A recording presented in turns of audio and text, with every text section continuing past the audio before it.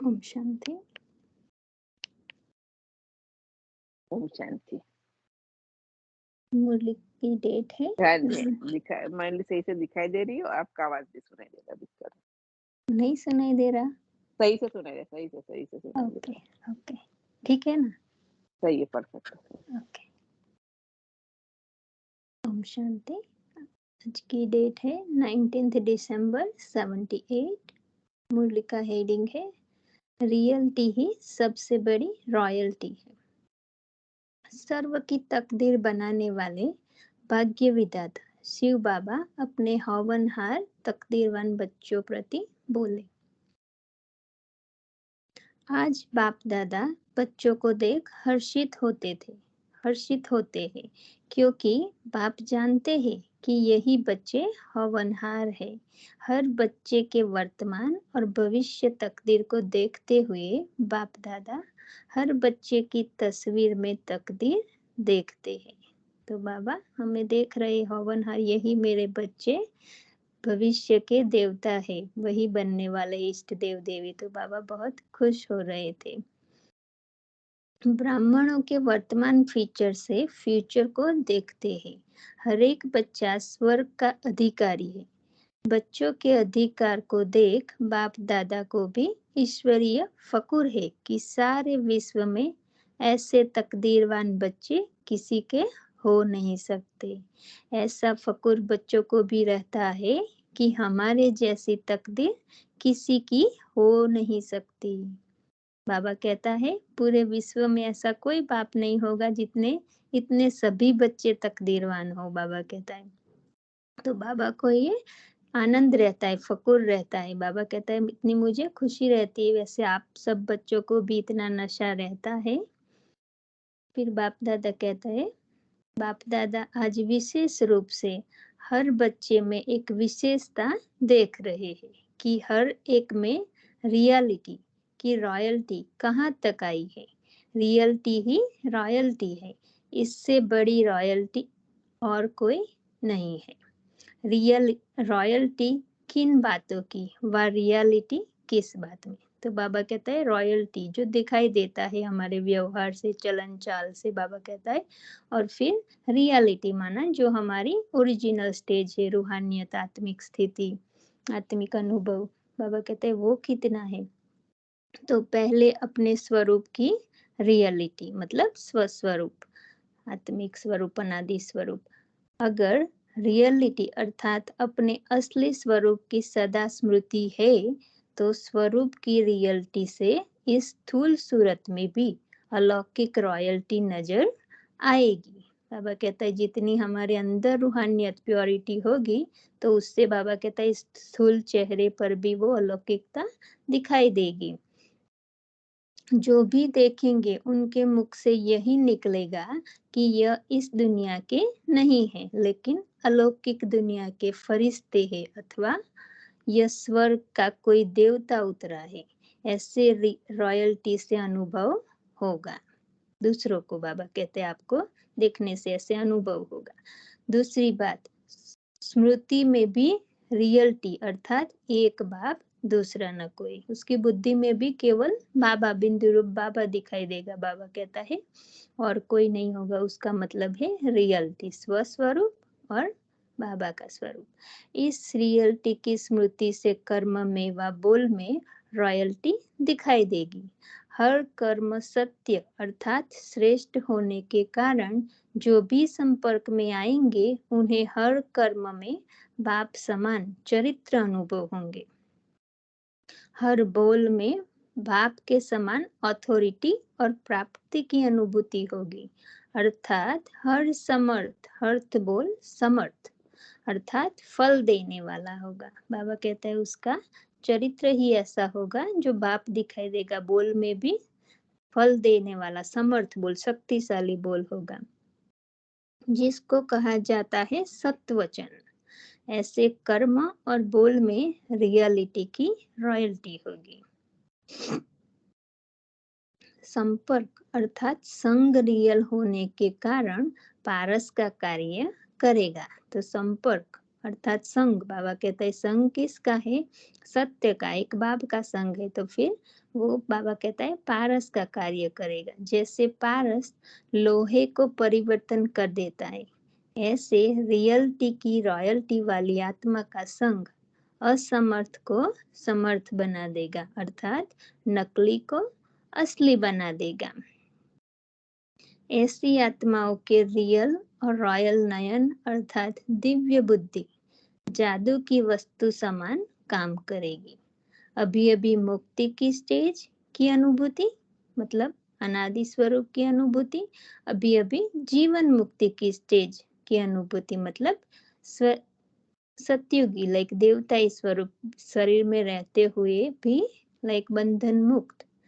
अभी अभी लास्ट अंतिम जन्म, अभी अभी फर्स्ट जन्म का स्पष्ट साक्षात्कार कराएंगे। अभी अभी अति दुखी स्टेज, अभी अभी अति सुखमय जीवन का अनुभव कराएंगे। तो बाबा कहता है ये सब जो रियलिटी में रहने वाले बच्चे हैं उनसे ये सब दूसरों को भी ये करा सकते, इतनी पावर है, अनुभव कराएंगे। अभी अभी दुख में, फिर अभी अभी तुरंत उसी पावर से सुख की अनुभूति करा सकेंगे। हम सो हम के जादू के मंत्र का अनुभव कराएंगे, अर्थात 84 जन्मों का ही स्मृति ज्ञान स्मृति में दिलाएंगे। तो हम सो हम का तो सभी को अर्थ पता है कि हम ही ब्राह्मण से देवता क्षत्रिय फिर वैश्य शूद्र फिर ब्राह्मण। बाबा कहता है वो अनुभव जादू का मंत्र अनुभव कराएंगे, अर्थात 84 जन्मों का ही ज्ञान स्मृति में दिलाएंगे। अभी अभी स्थूल वतन संगम युग के सुख की अनुभूति कराएंगे, अभी अभी सूक्ष्म फरिश्ते स्वरूप का अनुभव कराएंगे, अभी अभी परम धाम निवासी आत्मिक स्वरूप का अनुभव कराएंगे, अभी अभी स्वर्ग के सुखमय जीवन का अनुभव कराएंगे।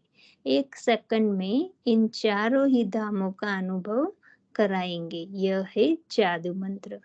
तो ये बहुत गहरी बात है। बाबा कहता है जो आत्मा इतनी बाबा के साथ एक बाप दूसरा न कोई स्वस्थिति में स्थित रहेगी निरंतर, वही आत्मा ये सब 1 सेकंड में, बाबा कहता है चारों ही धाम मतलब जो बाबा ने स्थिति बताई, अनादि रूप आदि रूप संगम युगी इष्ट देव, सभी बाबा कहता है 1 सेकंड में वो अनुभव कराएगी दूसरी आत्माओं को।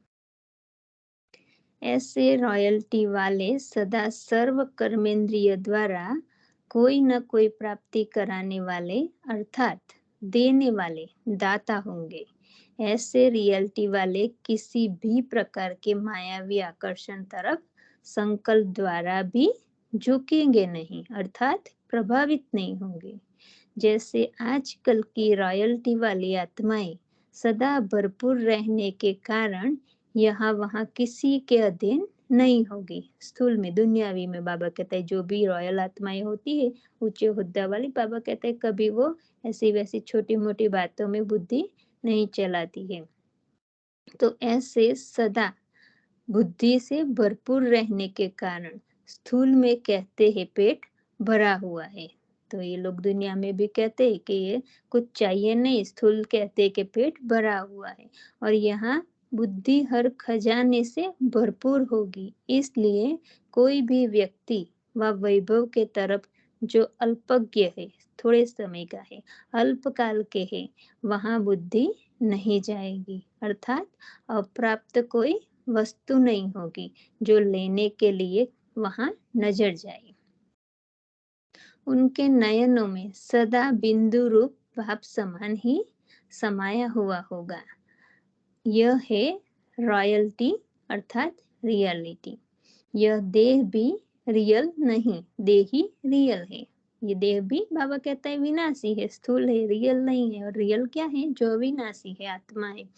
तो अपने आप से पूछो रियलिटी की रॉयल्टी कहाँ तक आई है? अभी हम सभी, बाबा कहता है चेक करो बच्चे कि आप में ये सब कितने तक अनुभव होता है। नंबर वार होगी ना, मेरा नंबर कौन सा है यह चेक करो। फर्स्ट डिवीजन में है व सेकंड में है, थर्ड तो नहीं कहेंगे ना। पंजाब का नंबर कौन सा है? उस टाइम पंजाब जॉन बैठा होगा, बाबा उस बच्चों को पूछ रहे कि आपका नंबर कौन सा है, सब फर्स्ट डिवीजन वाले हैं ना, अगर सेकंड में भी हो तो आज फर्स्ट में आ जाना। बाबा कहता है अगर हम फील कर रहे हैं कि हम बहुत पीछे है तो बाबा कहता है आज नक्की कर लो कि आज से हम आगे ही पहले नंबर में ही आने वाला है, आने का पुरुषार्थ करेंगे। सेकंड नंबर वालों को भी संगम युग में भी सर्व प्राप्ति की अनुभूति नहीं होगी, कोई प्राप्ति होगी कोई नहीं होगी।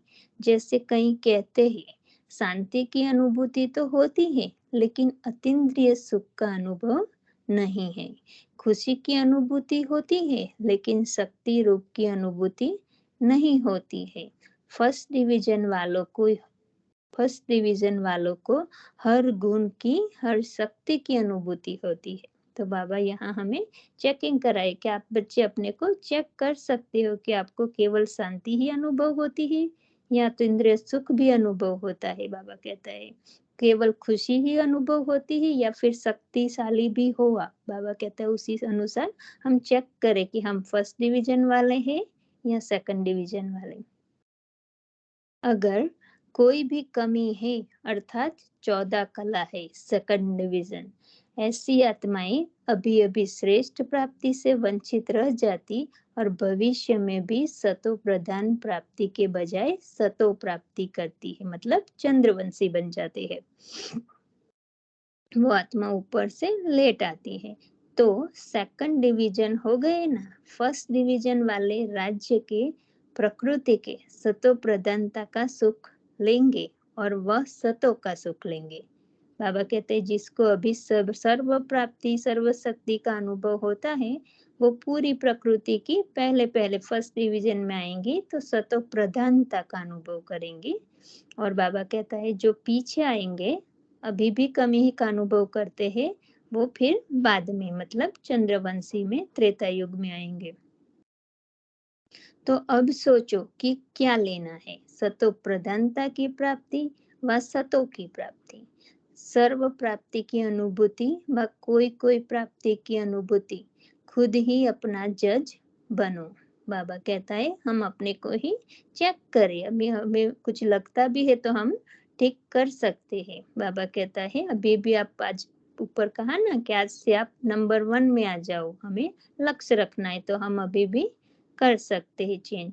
तो बाबा कहता है अभी खुद ही अपना जज बनो, तो धर्मराज के पास जाना नहीं पड़ेगा। समझा? रियल्टी ही रॉयल्टी कैसे है? फिर सुनाएंगे कि रॉयल्टी का विस्तार और भी क्या है। बाबा अभी शॉर्ट में सुनाया रॉयल्टी क्या है और बाबा कहता है फिर बाद में अभी विस्तार और ही है जो फिर मुरली में बाबा सुनाएगा। अच्छा, ऐसे सदा रॉयल्टी में रहने वाले, सदा सर्व प्राप्ति के अनुभूति स्वरूप, हर कर्म चरित्र अर्थात श्रेष्ठ करने वाले, एक सेकंड में चारों धाम का अनुभव कराने वाले, एक श्रेष्ठ तकदीरवान ऐसे श्रेष्ठ तकदीरवान बच्चों को बाप दादा का याद प्यार और नमस्ते। हम सब रूहानी बच्चों का बाप दादा को याद प्यार और नमस्ते। फिर बाबा की मुलाकात दीदी जी से बातचीत कर रही है बाबा। भविष्य राज्य की रॉयल फैमिली अभी से प्रत्यक्ष होती जाएगी ना। जो बाप दादा के बिल सुने हैं कि अंत में सब स्पष्ट साक्षात्कार होगा, तो क्या वह दिव्य दृष्टि से होगा? बाबा पूछ रहे हैं दीदी के जो बाबा के मुख से सुना है कि साक्षात्कार स्पष्ट होगा, तो बाबा पूछ रहे कि वे दिव्य दृष्टि से होगा साक्षात्कार में कि साक्षात रूप में होगा? बाबा कहता है साक्षात्कार होगा या साक्षात रूप में, मतलब अभी के रूप में वो क्वालिटीज दिखाई देगी।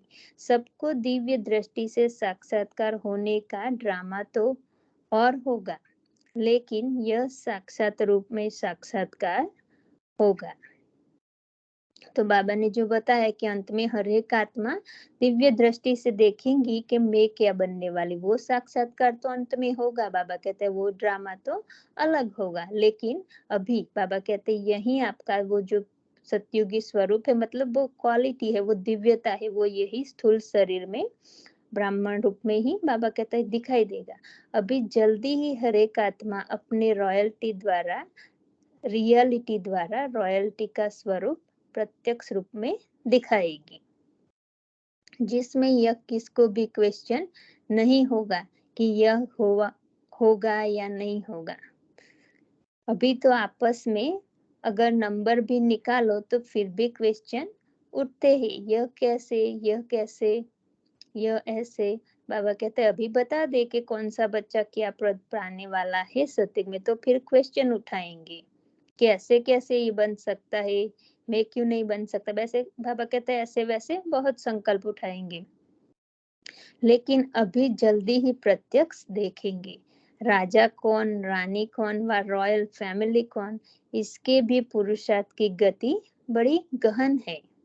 तो जो कर्मों की गति है बाबा कहते हैं वो बहुत गहरी है।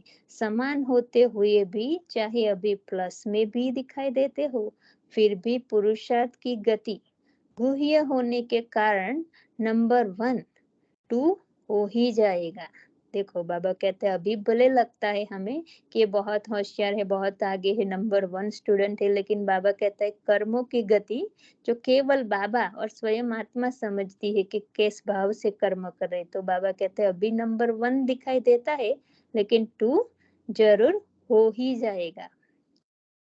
अभी हर एक के पुरुषार्थ की विशेषता दिखाई भी देती है, लेकिन जैसे कोई धूल, बाबा कहता है अभी हर एक पुरुषार्थ की विशेषता दिखाई भी देती है, लेकिन जैसे कोई धूल के अंदर हीरा चमकता हो, कभी स्पष्ट दिखाई देगा, कभी छिपा हुआ नजर आएगा।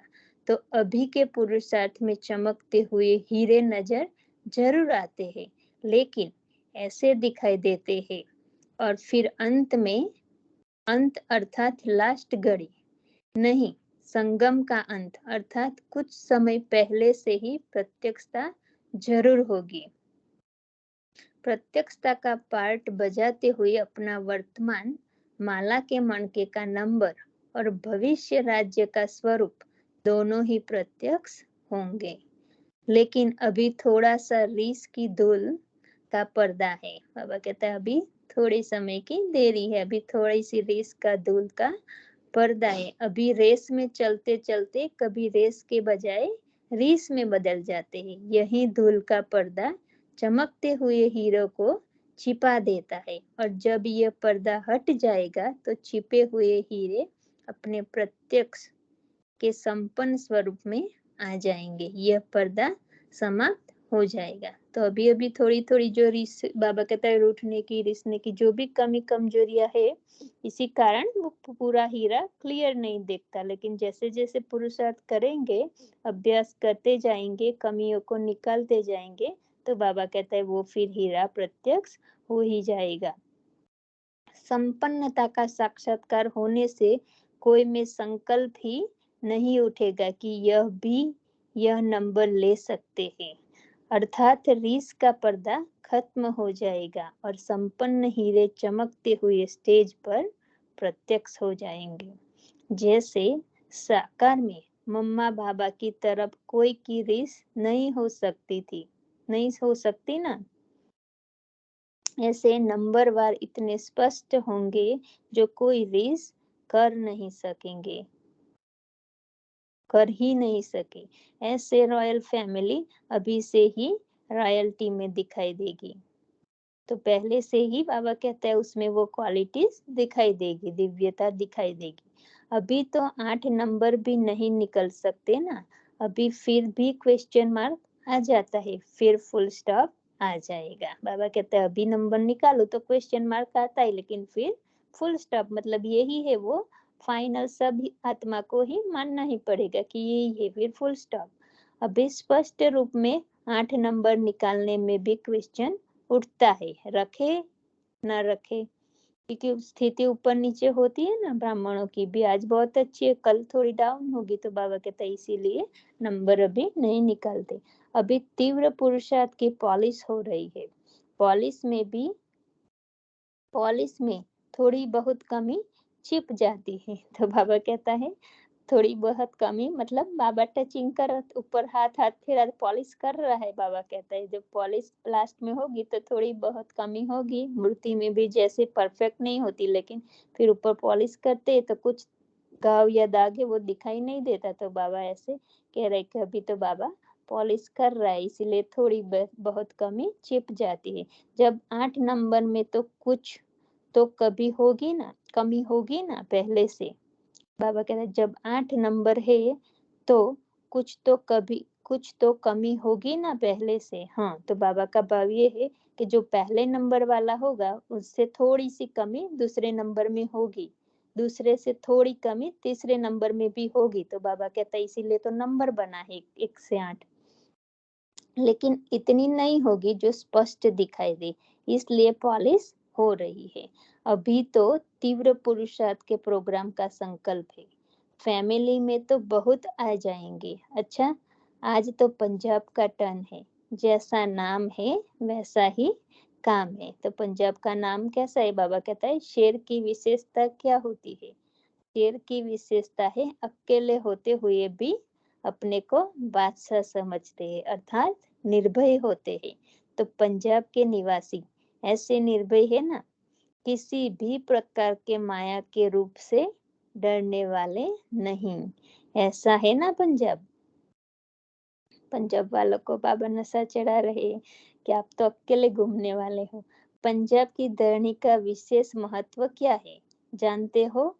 पंजाब ने स्थापना के आदि में अपना विशेष शक्ति रूप का दृश्य अच्छा दिखलाया। अनेक प्रकार की हलचल में भी अचल रहे। पहले के समय में बहुत विरोधी था, पंजाब में बहुत विरोध करते थे ब्रह्मा कुमारी इसका। तो बाबा कहता है उसी ऐसे हलचल में भी आप बच्चे अचल रहे ना, क्योंकि पंजाब की धरनी विशेष धर्म की धरनी है। ऐसे धर्म की धरनी में आदि सनातन धर्म की स्थापना करना, इसमें सामना करके विजयी बने हैं। तो बाबा कहता है कि आदि सनातन धर्म की स्थापना करना, इसमें सामना करके विजयी बने हैं।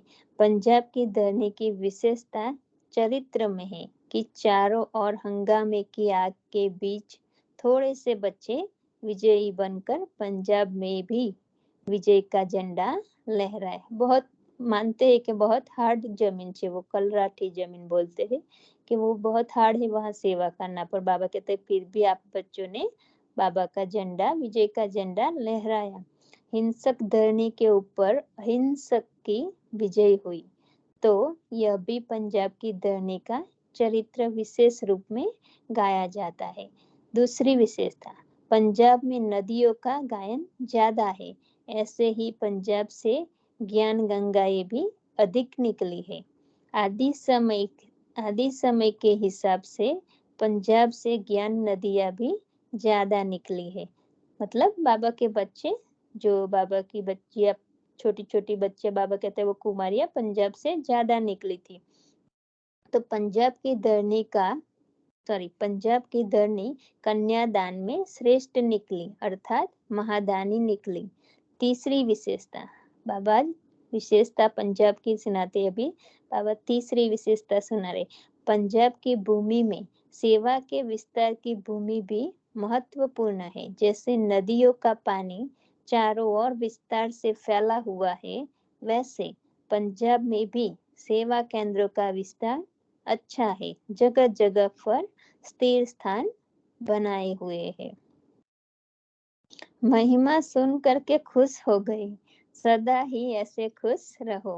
बाबा कहता है पंजाब वालों को कि महिमा सुनकर खुश हो गई, ऐसे ही सदा खुश रहो। सरबजीत बहन भी खुश हो गई होगी। पंजाब का विस्तार पक्का देख पक्का पक्का। हाँ, पंजाब का विस्तार देख बाप दादा खुश होते हैं। अभी क्या करना है? पंजाब की धरनी से नाम से काम करने वाली, पंजाब की धरनी से नाम से काम करने वाली सार वाली आत्माएं निकालो।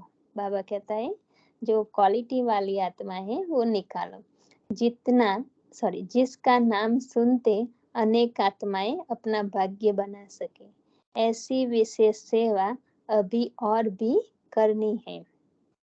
सिर्फ सेवा निमित्त ऐसी विशेष आत्माओं का भी पार्ट है।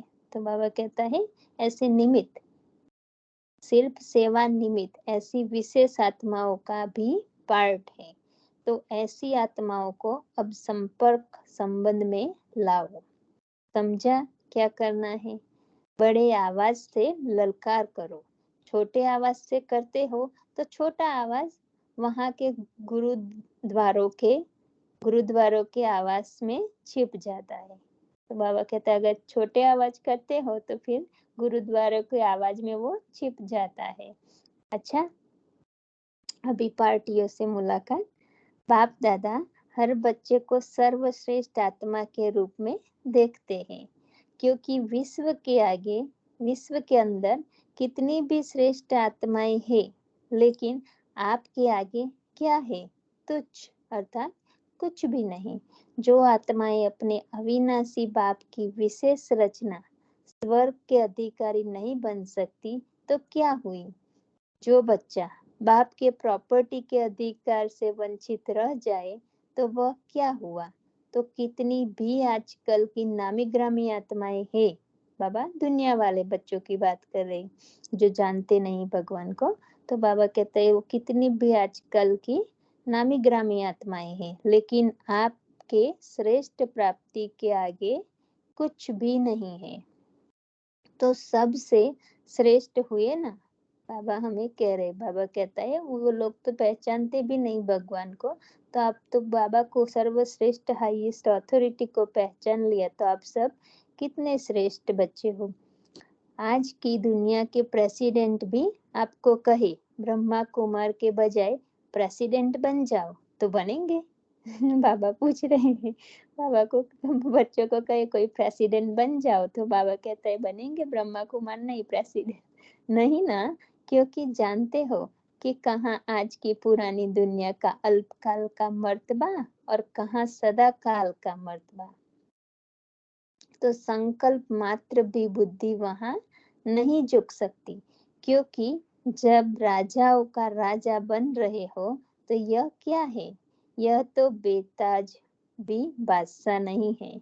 यह तो बेताज भी बादशाह नहीं है। बादशाह में तो पावर होती है, वह कहाँ है? तो बाबा कहता है कि ये भी बादशाह नहीं है, क्योंकि पावर तो है नहीं अंदर से, तो वो खाली है मन से। तो बाबा कहता है वो कहाँ से बादशाह हुए?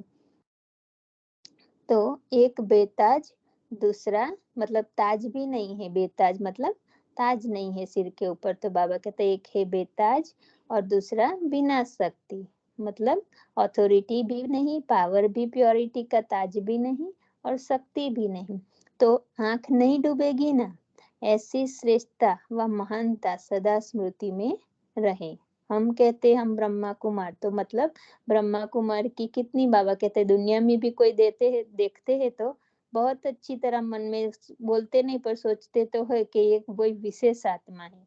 ऐसे वैसे साधारण आत्मा नहीं है, ऐसे बाबा का नाम है। तो बाबा कहता है और वो बादशाह है तो क्या है? ताज भी नहीं है, शक्ति भी नहीं है, तो कौन बनेगा ऐसा प्रेसिडेंट? तो बाबा वो समझा रही। सदा स्मृति स्वरूप रहने से ऐसी श्रेष्ठता व महानता सदा स्मृति में रहे। सदा स्मृति स्वरूप रहने से सर्व प्राप्ति का अनुभव कर सकेंगे। जितना जितना हम बुद्धि में रखेंगे हम कौन, मैं कौन, तो बाबा कहता है फिर वो प्राप्ति का अनुभव कर सकेंगे। थोड़े में राजी होने वाले नहीं। थोड़े में राजी कौन होते हैं? भक्त। बाबा कहते हैं भक्त होते हैं वो छोटी छोटी इच्छाएं रखते हैं। आप तो अधिकारी बच्चे हो, बेहद के मालिक, तो भक्त तो नहीं हो ना, अधिकारी हो ना। अधिकारी को अपने सर्व अधिकार का अनुभव होता। आज घर में रहने वाले भी अपने पूरे अधिकार मांगते हैं। नौकर भी पूरे अधिकार मांगेगा। अगर थोड़ा भी कम होगा तो कहेगा मेरा अधिकार दो। तो बाप तो सर्व अधिकार देने वाला है, तो सर्व अधिकार प्राप्त करो। भक्त नहीं लेकिन अधिकारी बनो। बाबा कहते हैं मांगना नहीं है, हम है ही अधिकारी बच्चे। भक्त आत्मा जब तक ब्राह्मण न बने तब तक स्वर्ग में नहीं आ सकते। भक्त से ब्राह्मण बनना पड़े, फिर ब्राह्मण से देवता बने। भक्तपन का अंश मात्र भी न हो, इसको कहा जाता है संपूर्ण अधिकारी। बाबा हमें भी सिखा रहे हैं। बाबा कहता है ब्राह्मण बन के भी मन में कोई भी ऐसी छोटी मोटी इच्छा या कुछ नहीं रखना, मांगना नहीं है। बाबा कहता है तभी संपूर्ण अधिकारी बनेंगे। भक्त और भगवान का मिलन, बच्चे और बाप का मिलन, दोनों में रात दिन का फर्क होता है। तो कौन सा मिलन अच्छा लगता है? जब माया के वशीभूत हो जाते हो तो किस रूप में मिलते हो? अभी बाबा हमारी चेकिंग करा रहे। बाबा कहता है जब माया के वशीभूत उदास हो जाते हो तो उस समय कौन सा मिलन मनाते हो? बाबा कहता है कौन से रूप से मिलते हो? कृपा करो, आशीर्वाद करो, शक्ति दो, क्या करूं, कैसे करूं, कोई रास्ता दो, हमारे पास माया को न भेजो, यह कमजोरी है ना। बाबा भी हमारे संकल्प बताते हैं। बाबा कहते ये भी तो भक्तपना हुआ।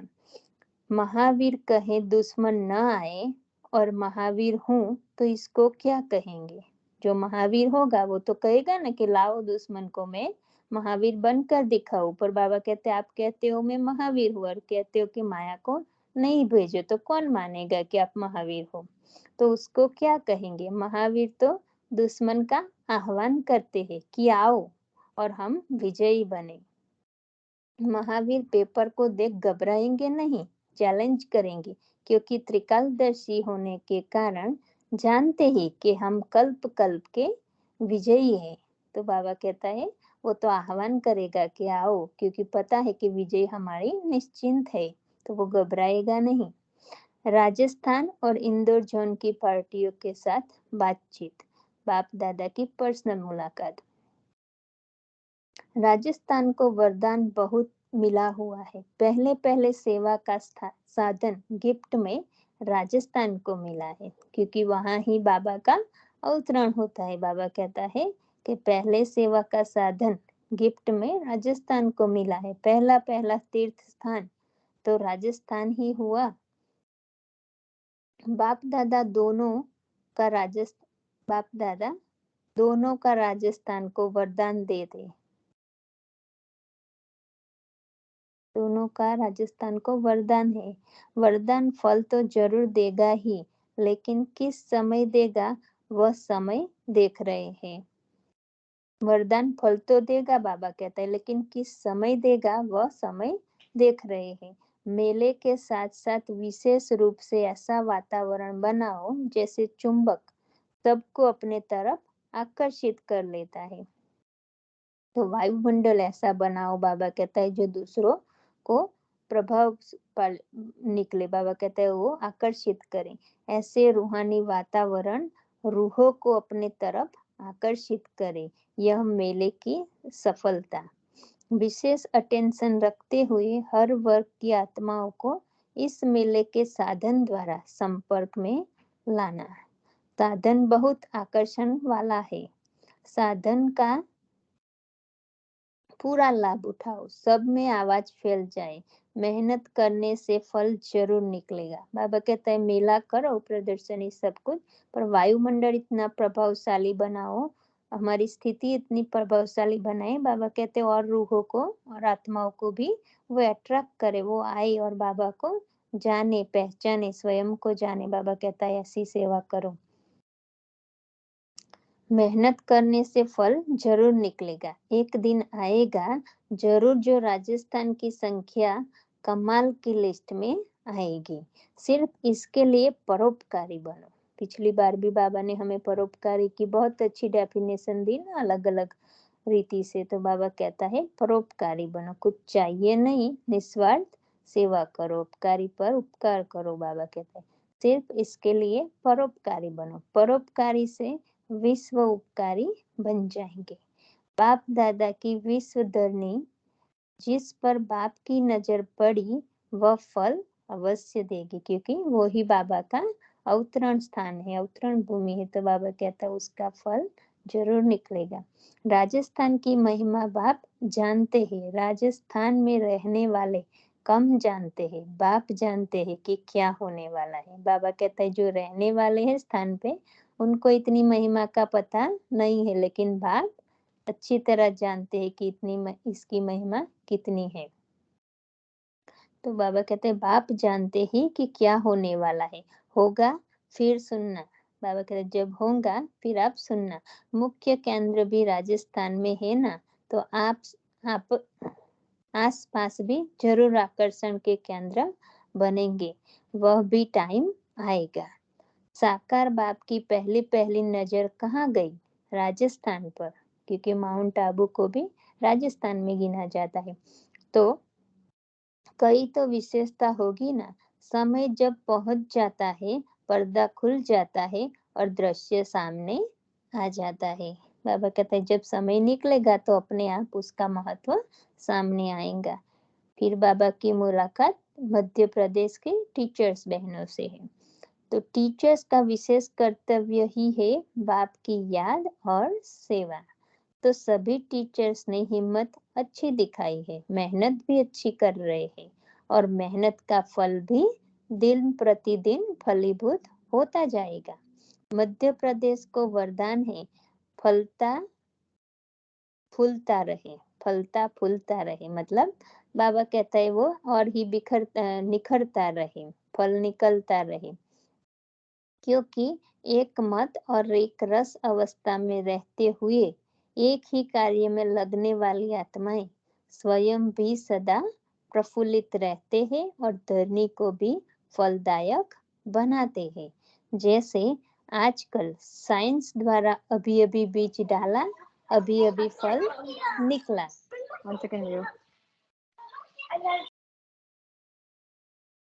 पहले से तीव्र गति है, जो बीज डाला वह प्राप्त हो जाता है। ऐसे ही अपने साइलेंस के बल से सहज और तीव्र गति से प्रत्यक्षता भी देखेंगे। हाई जंप लगाने वाले हो ना, बाबा उन टीचर्स को कह रहे, बाबा कहते हैं हाई जंप लगाने वाले हो ना, पत्थर तोड़ने वाले तो नहीं। बाबा कहते हैं मेहनत करने वाले तो नहीं है ना, पत्थर तोड़ने वाले तो नहीं है ना। जैसी निमित्त आत्माएं होती है वैसे वायुमंडल भी बनता है। मतलब हमारा जितना भाव ट्रस्टी बने का होगा, बाबा कहता है ऐसा वायुमंडल भी पावरफुल बनेगा। स्वयं सहयोगी है तो आने वाली आत्माओं को भी सहयोगी बना देगी। स्वयं उलझन में होंगे तो आने वाली आत्माओं में भी वही वाइब्रेशन फैलता है। मतलब वो आत्माएं, स्टूडेंट्स भी उलझन वाले होंगे, कंफ्यूज होंगे। तो निमित्त आत्माओं को सदा निर्विघ्न एक बाप की लगन में मगन रहने वाले इसी स्थिति में रहना है। तो बाबा टीचर्स बहनों को सिखाते हैं। बाबा कहता है हम सब के लिए है। बाबा कहता है सदा ही हमें निर्विघ्न जीवन का अनुभव करना है। वो कैसे? तो बाबा की लगन में मगन रहने से निर्विघ्न जीवन बनेगा। तो फिर हमारे आसपास रहने वाली आत्माएं भी कंफ्यूजन नहीं होंगी। बाबा कहते हैं क्लैरिटी होंगी, वो भी समर्थ आत्माएं बनेगी। तो इसी स्थिति में रहना। अच्छा, अभी एक प्रश्न है, किस धारणा के आधार से सदा सुख के सागर में समाये हुए रहेंगे? तो बाबा को पूछा किस धारणा के आधार से सदा सुख के सागर में समाये हुए रहेंगे? तो बाबा ने उत्तर दिया अंतर्मुखी बनो। मतलब स्वयं का, स्वस्थिति का चेकिंग, अंतर्मुखी बनो। कर्मेंद्रियों को अंदर ले लेना है, मन बुद्धि और फिर स्थूल कर्मेंद्रिय, आंख भी जैसे अंदर देखे। अंतर्मुखी बनो, अंतर्मुखी सदा सुखी। इंदौर निवासी अर्थात अंतर्मुखी सदा सुखी। इंडोर कहता है ना, बाबा कहता है इन माना अंदर, डोर माना देखो अंदर, देखो अंदर प्रवेश करो। तो बाप सुख का सागर है, तो बच्चे भी सुख के सागर में लवलीन रहते होंगे। सुखदाता के बच्चे स्वयं भी सदा सुखदाता, सुखदाता के बच्चे स्वयं भी सुखदाता। सर्व आत्माओं को सुख का खजाना बांटने वाले, जो भी आवे, जिस भावना से आवे, वह भावना आपसे संपन्न करके जाए। सर्व संपन्न मूर्तियां बनो, सर्व संपन्न मूर्तियां बनो। कामधेनु बाबा कहता है ना, हर एक की मनोकामना पूर्ण करने वाले कामधेनु। तो बाबा कहते हैं संपन्न मूर्तियां बनो। जैसे बाप के खजाने में अप्राप्त कोई वस्तु नहीं, वैसे बच्चे भी बाप समान तृप्त आत्मा होंगे। दूसरा प्रश्न, स्थायी नशे में कौन रह सकते हैं? स्थायी नशे में रहने वालों की निशानी क्या होगी? तो उत्तर, स्थायी नशे में वही रह सकते हैं। स्थायी नशा माना निरंतर ऊपर नीचे हमारी स्थिति ना हो, हलचल, कभी मूड अच्छा कभी थोड़ा उदास। बाबा कहता है ऐसा नहीं, स्थायी स्टेबल। तो स्थायी नशे में वही रह सकते जो बाप दादा के दिल तख्त नशीन है। संगम युगी श्रेष्ठ आत्माओं का स्थान ही है बाप का दिल तख्त। ऐसा तख्त सारे कल्प में नहीं मिल सकता। विश्व के राज्य का व स्टेट के राज्य का तख्त तो मिलता रहेगा। स्थूल बाबा कहता है तख्त तो मिलेगा, लेकिन ऐसा तख्त फिर नहीं मिलेगा। पूरे कल्प में बाबा से हमारी मुलाकात नहीं होगी। बाबा के दिल पर हम पूरे कल्प में एक ही बार संगम पर चढ़ते। तो बाबा कहता है ऐसा दिल तख्त अभी ही मिला है, तो हमें उसका पूरा पूरा फायदा उठाना है।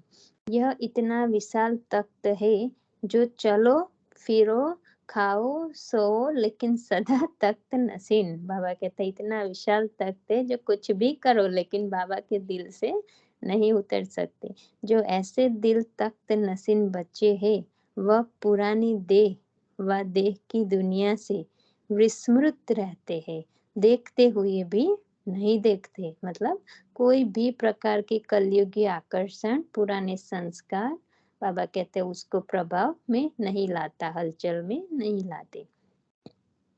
अच्छा, ओम शांति। शुक्रिया बाबा, शुक्रिया। शुक्रिया आप सभी आत्माओं का, शुक्रिया। ओम शांति। थैंक यू आत्मा।